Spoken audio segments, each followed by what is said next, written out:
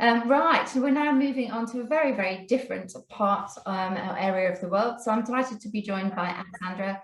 Alexandra, I know you've endured a very tough journey relocating yourself and part of your family from Kiev into Poland. So really, really appreciate you taking time out to talk to us. Ukraine's most amazing and resilient tech industry. So over to you, Alexandra. So this is Alexandra. Quite a lot of feedback there. Alexandra Alkhimovich is Vice President, People and Environment at Miratech, Academic Leader of the Lviv Ukrainian Catholic University. So Alexandra, over to you. Yeah, thanks for the introduction, thanks for the support.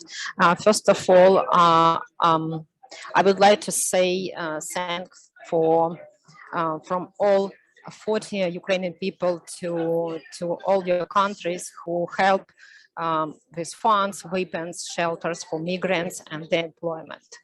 My speech is about the war as a factor that influences on the changes in the labor market. So let's consider just one industry, IKT or IT. This is a key industry in Ukraine, which actively grow by 20% year-over-year.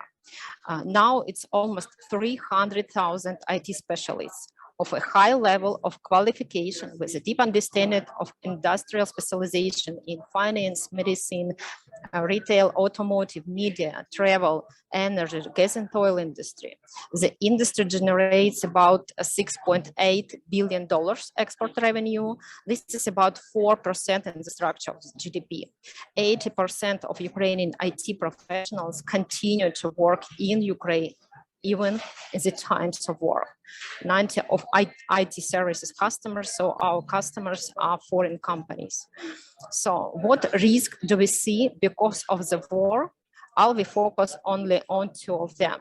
The first risk is the loss of whole generation of qualified and innovative specialists with the international education. For example, 75% of IT employees are men with the average age of 28.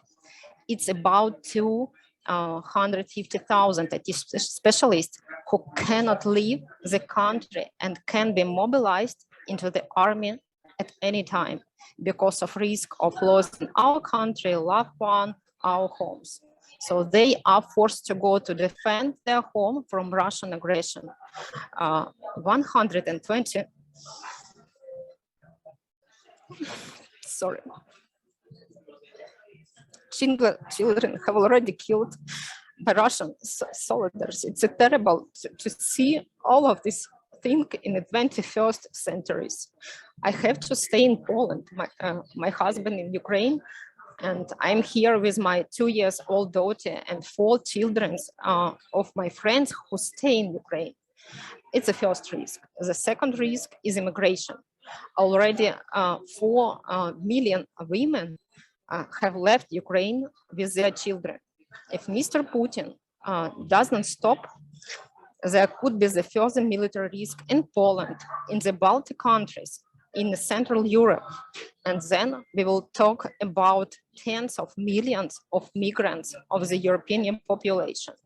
From the point of view of the labor market and economy, this is a crisis and collapse. There will be questions about jobs, social benefits, education, accommodation, etc. What can we do? The first, don't be silent. Speak, unite, and fight against the aggression of Russia. At all the levels, macro region, countries, companies, associations, citizens.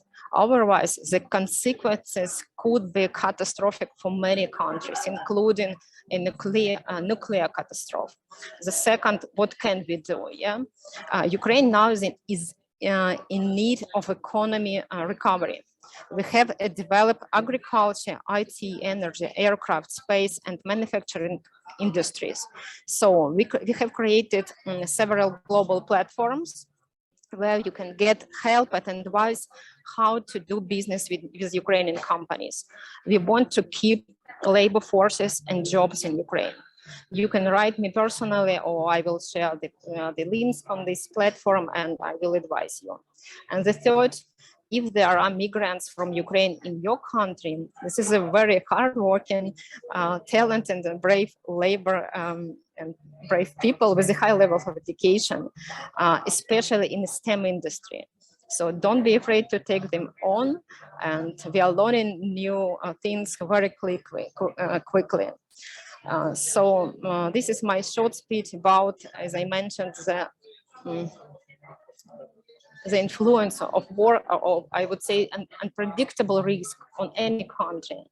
And I would like to say again, thank you for the attention, thank you for the invitation, and glory to Ukraine. Thank you, my friends, thank you, my colleagues.